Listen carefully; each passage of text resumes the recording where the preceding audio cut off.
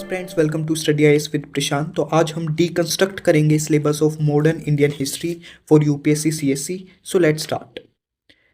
अगर यूपीएससी का official syllabus देखें तो प्रीलिम्स में दिया है history of India and Indian national movement, जो कि कंप्लीट इंडियन हिस्ट्री का सिलेबस है। और मेंस में स्पेसिफिकली मॉडर्न हिस्ट्री का सिलेबस देखें तो वो दिया गया है history from about middle of 18th century until present, significant events, personality and issues, and freedom struggle, various stages and contributors contribution. Only this is mentioned in the syllabus of UPSC for modern history. अब इससे हमें micro topics का पता नहीं लगता है कि अब हिस्ट्री में हम क्या क्या पढ़े, तो इसलिए इस वीडियो में हम डिस्कस करेंगे मॉडर्न हिस्ट्री में जो हम टॉपिक्स पढ़ते हैं, जिनको पढ़कर our modern history syllabus for UPSC CSC will complete. तो बेसिकली हम मॉडर्न हिस्ट्री के अगर सिलेबस की बात करें तो उसको हम 5 पार्ट्स में डिवाइड करेंगे, है ना। पहला है अराइवल ऑफ यूरोपियंस का जब अराइवल होता है। दूसरा रिवोल्ट ऑफ 1857। तीसरा है मॉडर्न नेशनलिज्म एंड आईएनसी। चौथा है गांधीयन एरा। और पांचवा है independence and partition of India.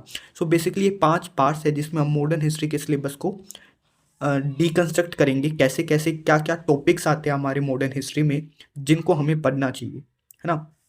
तो सबसे पहले अराइवल ऑफ यूरोपियंस की बात करें तो उसके अंदर पहला सब टॉपिक है एडवेंट ऑफ यूरोपियन। भाई यूरोपियन आए कैसे, तो हमें जैसे कि we have discuss the strategy videos of modern history, कैसे पढ़नी चाहिए, क्या इंपॉर्टेंस है, तो उसके हिसाब से पहले जैसे पोर्तुगीज आए थे 1498 में। अब 1498 की बात करें तो मुगल तो 1530s में कुछ आए थे। तो 1498 के अंदर सबसे पहला जो पुर्तगीज आया था date was Vasco da Gama, है ना, जो कि सिर्फ ट्रेड के मोटिव से हमारे इंडिया में आए थे।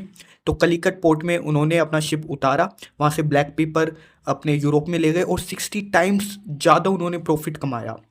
तो जैसे ही उनको पता लगा about the wealth prosperity of India, तो धीरे धीरे पुर्तगीज़ ने भी अपनी फैक्ट्री एस्टेब्लिश कर दी। तो 1503 के अंदर I think first factory of Portuguese in Cochin was set up there.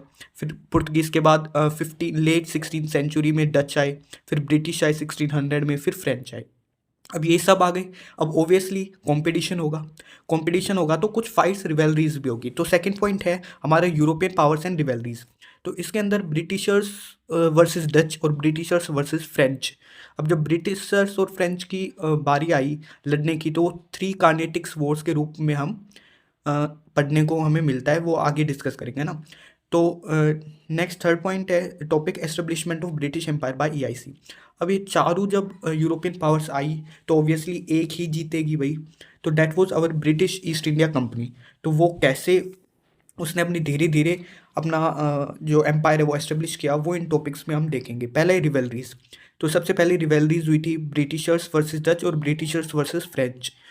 ये हुई थी कार्नेटिक वॉर्स के रूप में। 3 कार्नेटिक वॉर्स हुए थे, ये हमको पढ़ना है ना। This we are discussing the syllabus of modern Indian history heading wise, है ना, ऊपर ऊपर से देख रहे हैं। दूसरा है फरमान्स बाय मुगल्स। अब मुगल्स ने कुछ फरमान्स दिए थे ईस्ट इंडिया कंपनी के कामों से खुश होकर, उनको थोड़ा जैसे ट्रेड के ऊपर टैरिफ्स हटा दिए थे, ऐसे वैसे, है ना, जो भी थे। Later you will discuss. Third है बैटल ऑफ प्लासी 1757 के अंदर हुआ था, Sirajuddaulah versus East India Company. East India Company was led by at that time in war Robert Clive. तो इनके बीच युद्ध हुआ था, ऑब्वियसली कौन जीतेगा, ब्रिटिशर्स जीते। फोर्थ है बैटल ऑफ बक्सर 1764। अब मीर कासिम प्लस सुजाउद्दौला प्लस शाह आलम, इनकी अलायंस थी ईस्ट इंडिया कंपनी के साथ। तो इसके अंदर भी कौन जीता, ईस्ट इंडिया कंपनी जीते। इसका रिजल्ट आता है treaty of Allahabad, that is important, है ना। 1765 के अंदर ट्रीटी ऑफ इलाहाबाद, इसके अंदर बहुत अवध के साथ और जो भी बिहार उड़ीसा इनके साथ ट्रीटी कैसे कैसे साइन की, that will be discussed here. Fifth है फोर्थ एंग्लो मैसूर वॉर। तो 4 एंग्लो मैसूर वॉर भी हुए थे, ये टाइमलाइन है। Next is 3 Anglo Maratha war. तो 3 एंग्लो मराठा वॉर्स भी हुए थे। देखो जो वॉर्स है ना, जितने भी लड़े हैं, ये अपन ने डिस्कस कर चुके हम प्रीवियस वीडियोस में। कैसे पढ़ना है, सबसे पहले इनके रीज़न जानो क्यों हुए वॉर, बाद में इनका कॉन्टेक्स्ट जानो किस किस के बीच हुआ, फिर इनके इवेंट्स जानो, और लास्ट में रिजल्ट। हर वॉर के बाद एक रिजल्ट ही निकला है इन the form of treaty, that treaty becomes important. तो ये जितने भी वॉर्स हैं ये हमें कैसे पढ़ने हैं हम डिस्कस कर चुके हैं, दोबारा बता दे रहा हूँ। एक चार्ट लो, सारे वॉर्स लिखो, सबका कॉन्टेक्स्ट, रीज़न और ट्रीटी, रिजल्ट, इम्पैक्ट, ख़त्म। सेवन्थ है टू एंग्लो सिख वॉर। भाई सिक्स के साथ भी इन्होंने युद्ध लड़े 1845 1849 में। तो 1849 में इन्होंने कंप्लीट एनेक्सेशन कर लिया था पंजाब का। फिर एक बर्मा वॉर भी हुआ 1824-26 के अंदर, because of the fear of Japan. वहाँ से जापान अपनी अपनी जो टेरिटरी है वो एनेक्स करता जा रहा था। तो नाइन्थ है टू अफगान वॉर। दो अफगान वॉर भी हुए 1838 42 52 53 in under the policy of ring fence. क्यों? क्योंकि वहाँ से रशिया आ रहा था धीरे धीरे, तो because of the fear of Russia. अब आते हैं ब्रिटिश पॉलिसीज़, है ना। तो मेनली ये जो मैंने हाईलाइट कर रखे हैं, these are the important topics जो कि जरूर करने हैं ना। अब आते हैं ब्रिटिश पॉलिसीज़। तो तीन बेसिकली ब्रिटिशर्स की पॉलिसीज़ रही है: policy of subsidiary alliance, policy of ring fence और पॉलिसी ऑफ पैरामाउंटसी। बेसिकली मैं खुद मतलब थोड़ा सा कंफ्यूज हो गया था पॉलिसी ऑफ सब्सिडरी अलायंस और पैरामाउंटसी में क्या डिफरेंस है।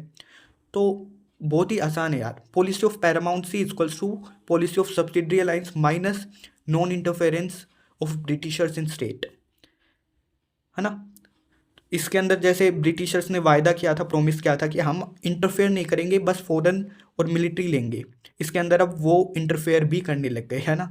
मतलब द प्रिंसेस के पास जो भी रूल थे वो भी ब्रिटिशर्स ने ले लिए। तो बेसिकली ये तीन पॉलिसीज पढ़ेंगे। अगला सेकंड पार्ट आता है रिवोल्ट ऑफ 1857। तो फर्स्ट पार्ट डन। ये टॉपिक्स जब आप पढ़ोगे तो आपका फर्स्ट पार्ट हो जाएगा कंप्लीट मॉडर्न इंडियन हिस्ट्री का।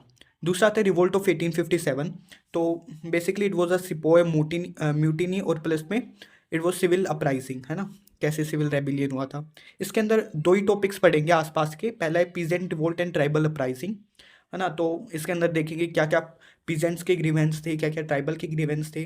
फिर बाद में अर्ली 1857 रिवोल्ट्स कुछ होते हैं इनके, और कुछ पोस्ट 1857 रिवोल्ट इनकी कुछ रिवोल्ट होते हैं, है ना। 1857 से पहले और 1857 के बाद, तो अलग अलग फेजेस में हमको पढ़ना है peasant revolt and tribal uprising. Last में इसका ही एक टॉपिक है सोशो रिलीजियस रिफॉर्म्स। इसके अंदर हम देखेंगे प्रिंट कल्चर पहले बहुत चलता था, है ना। धीरे धीरे टेलीग्राफ्स आए। फिर एजुकेशन क्या क्या रिफॉर्म्स थे: child marriage reforms, western education reforms, widow remarriage, है ना। और धीरे धीरे कुछ ऑर्गेनाइजेशंस भी पढ़ेंगे रिलीजियस, जैसे कि ब्रह्मो समाज, आर्य समाज।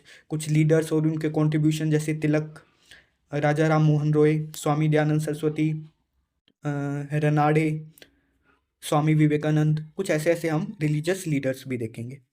और ये हो गया आपके दो पार्ट कंप्लीट। तीसरा पार्ट है मॉडर्न नेशनलिज्म एंड आईएनसी। देखो मॉडर्न नेशनलिज्म एंड आईएनसी एक अच्छा टॉपिक है, बड़ा टॉपिक है। 1857 से गांधीयन फेज तक 1915 तक जो भी इवेंट्स हुए, there we will study in this. तो इसको पहले अच्छे से समझने से पहले हमें कुछ ब्रिटिशर्स के जो सिस्टम थे, जैसे उनकी क्या इकोनॉमिक पॉलिसी रही है, पॉलिसी एडमिनिस्ट्रेशन रहा है, क्या एक्ट्स लेजिस्लेचर वो लाए, वो सब हम इसके अंदर सबसे पहले डिस्कस करेंगे। तो जैसे एक्ट्स एंड लॉज के अंदर देखें तो वो है पहला रेगुलेटिंग एक्ट 1773 का। फिर इसमें कुछ रिफॉर्म्स लाए थे in the form of Bengal judicature 1781। फिर पिट्स इंडिया एक्ट आया 1784 का, इसके अंदर ही कुछ अमेंड किया, अमेंडिंग एक्ट 1786। फिर चार्टर एक्ट्स आए चार, है ना, हर 20 ईयर्स बाद 1793, 1813, 1833, 1853। फिर इंडियन काउंसिल एक्ट्स आए तीन, 1861, 92, 1909। अब गवर्नमेंट ऑफ इंडिया एक्ट आए, है ना। Highlight means it is important. इस टॉपिक के ऊपर हाईलाइट क्या मतलब, ये टॉपिक इंपॉर्टेंट है ना। हमने देखा था ये टॉपिक कितना इंपॉर्टेंस अपनी कैरी करता है प्रीलिम्स के अंदर। गवर्नमेंट ऑफ इंडिया एक्ट के दो आए थे 1990, 1935, बहुत इंपॉर्टेंट होता है। और लास्ट में Indian independence act of 1947। So these were some acts and laws of Britishers. अगली वीडियो में we will further more discuss the deconstruction of modern history syllabus. अभी ये पार्ट 1 इतना ही, ज़्यादा लंबी वीडियो कर नहीं सकता। So thank you to watch this video, like share and subscribe this channel. Thank you so much.